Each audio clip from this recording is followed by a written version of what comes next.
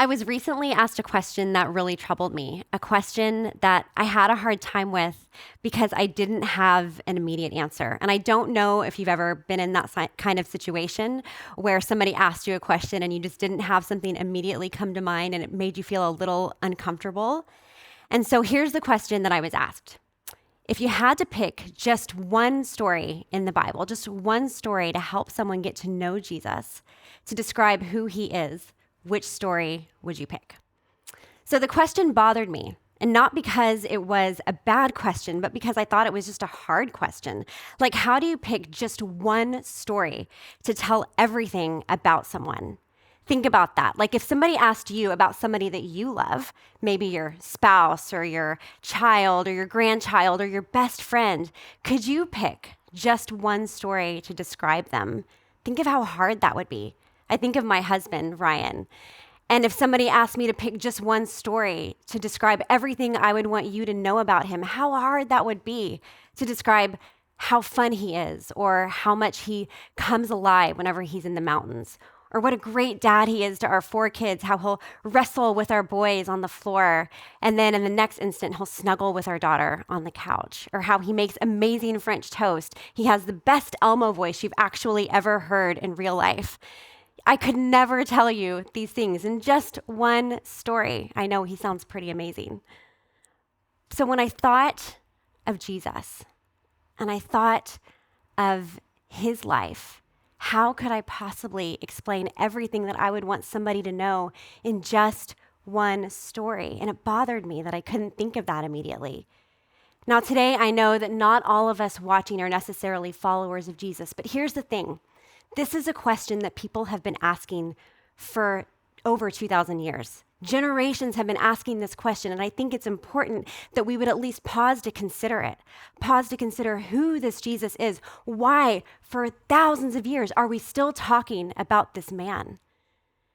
And so for me personally, when I think of Jesus, and I think of the impact he's made on my life, how he saved me, how he came after me, how he rescued me from a life of lies that I really had built around myself. And when I say that, I mean, I had built so many lies around myself. I don't think I knew my way up from down, left from right. And in the middle of all that, Jesus just came in and tore down every lie and exposed the darkness for what it was. And he saved me, and he called me his beloved. He's the one who knows everything I ever did and loves me still. How could I tell you everything that I would want you to know about him in just one story? And then, as it happened, I read this story in John chapter 4. And as I read it, I decided, okay, this might be a really good place for us to start. This would probably be a really good place for us to first get to discover who this Jesus is.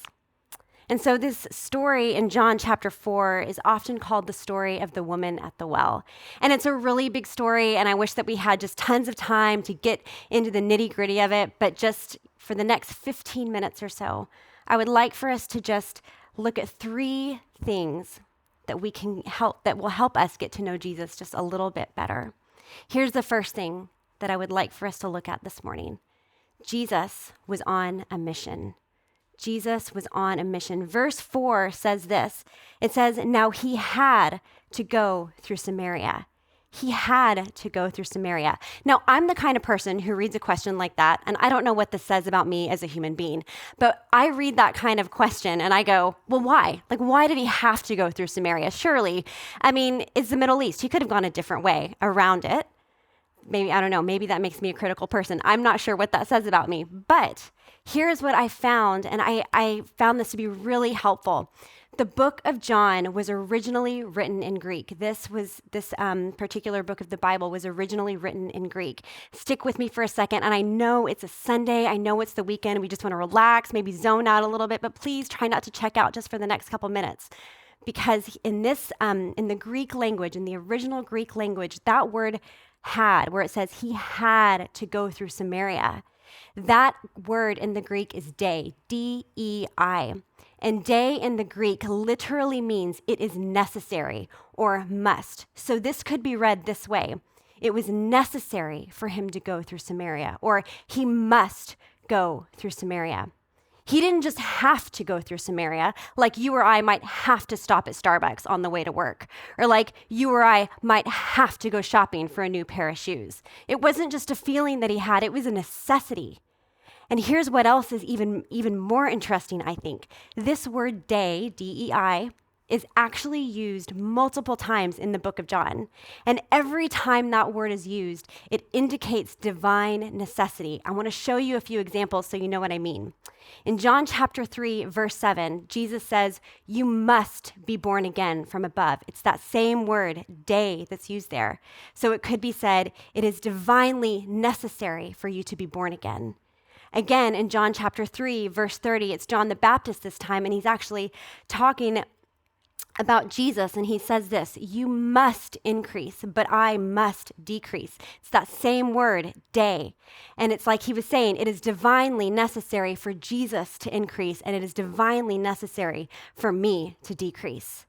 And then again, in John 4, this chapter that we're looking at later on in the story, Jesus himself says to the woman, God is spirit, and those who worship must worship in spirit and truth. Again, it's that same Greek word used, day. And it's like Jesus was saying, it is of divine necessity that we worship God in spirit and in truth. And so now we have just read in this story that Jesus had to go through Samaria. It's that same word, day.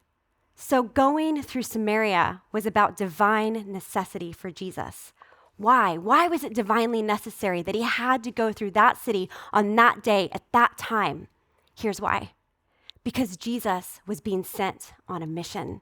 He was receiving direction from his Father, and he was going on a mission to find this woman. It was for her.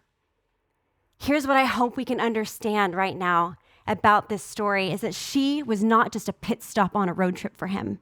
Meeting her was not an accident. She was not just a happy accident even, like Bob Ross would say. It's not like he just ran into her at the well and thought, well, while I'm here, I'll just go ahead and tell her I'm the savior of the world. That is not what was happening in this story. It was actually a moment where he had to go through Samaria. It was a divine moment birthed out of divine necessity. He was on a mission that was specific to her. And I don't know you today. I don't know your story, but maybe today you need the reminder that God intentionally comes after us. He intentionally comes after us. He is not a God that sees us as an inconvenient stop on his journey somewhere else. He sets his sights and his affections on us, on you, on me, and he is on a mission to us. To the lost, to the lonely, to the rich, to the poor, to the wanderer, or to those who are just wondering, is Jesus even real? I don't know if I can trust him. He is out for all of us. I actually think some people think that he's just out to get them. No, he's out to find us, to bring us home. He wants us. Friend, he wants you. He wants you. And in fact, his whole life, death, and resurrection was divinely made it was divinely necessary because it made a way for you and for me, for all of us to be with him. And if I could just be personal with you for just a second, I can identify with this woman. I may not have her story exactly, but as I referenced earlier, my life really was a mess. Jesus met me when I wasn't looking for him. And I hope this can make some kind of sense to somebody, but it's just the kind of thing where I'll just never get over it. Like I'll just never get over the fact that he came after me. He was so personal toward me, so tender towards me. It's just something that I live my life in light of every day going, I can't believe that you came after me, Jesus. I just can't believe it. But I want you to know that that's not just my story. That's the story he wants for all of us. He wants it to be our story, to know and live in the reality that he is on a mission for us. Here's the second thing that we can learn about Jesus through this beautiful story. Jesus breaks down barriers. Jesus breaks down barriers. I want to read to you verses 6-9 again. It says, Jesus, tired as he was from the journey, sat down by the well. It was about noon. Remember that. It was about noon. When a Samaritan woman came to draw water, Jesus said to her, will you give me a drink? The Samaritan woman said to him, "You are a Jew, and I am a Samaritan woman. How can you ask me for a drink? For Jews do not associate with Samaritans." So what do we see here? We see that Jesus has arrived in Samaria. He's hot, he's tired, he's thirsty. It's the middle of the day. And he encounters a Samaritan woman who he engages in conversation. He initiates the conversation. And here is what is so interesting. Jesus, when he begins this conversation with her, not just a woman, but a Samaritan in general, he broke down a man-made cultural barrier that was in place.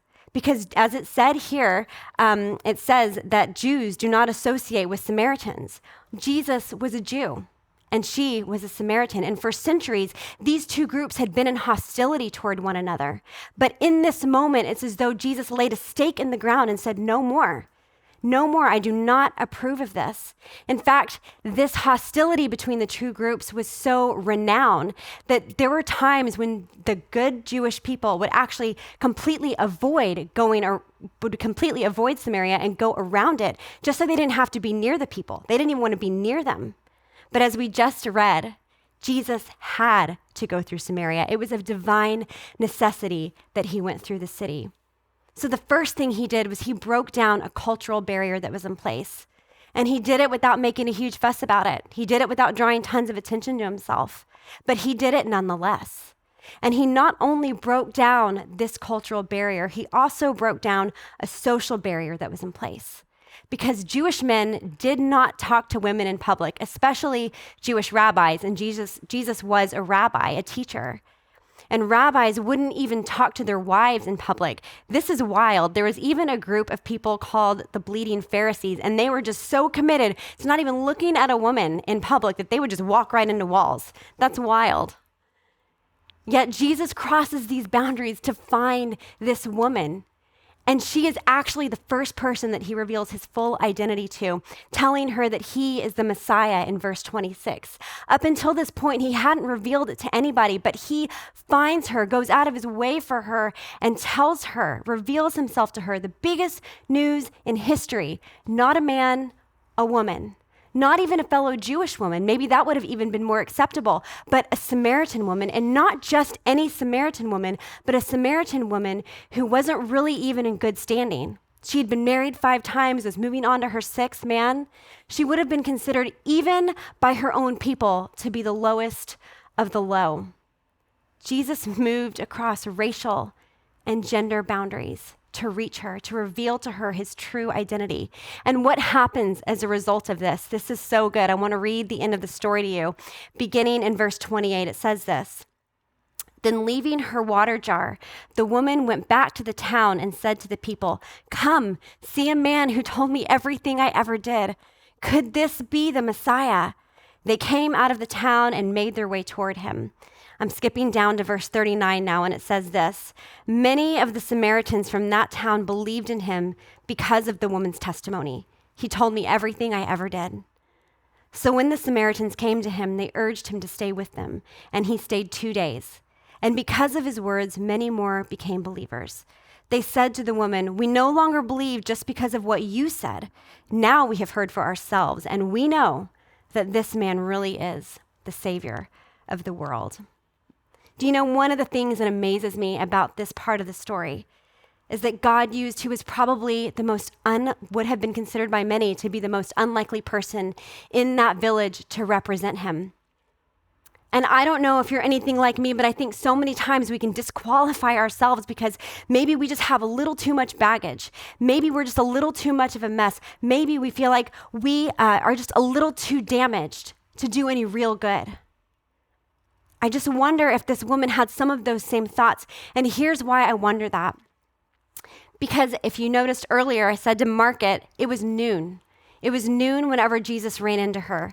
Now, according to much smarter people than me, scholars and historians, they say that this was not the usual time for coming to get water.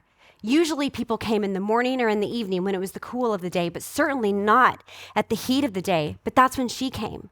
She came in the middle of the day when it was hottest, when the sun was at its highest, when nobody else would likely be there.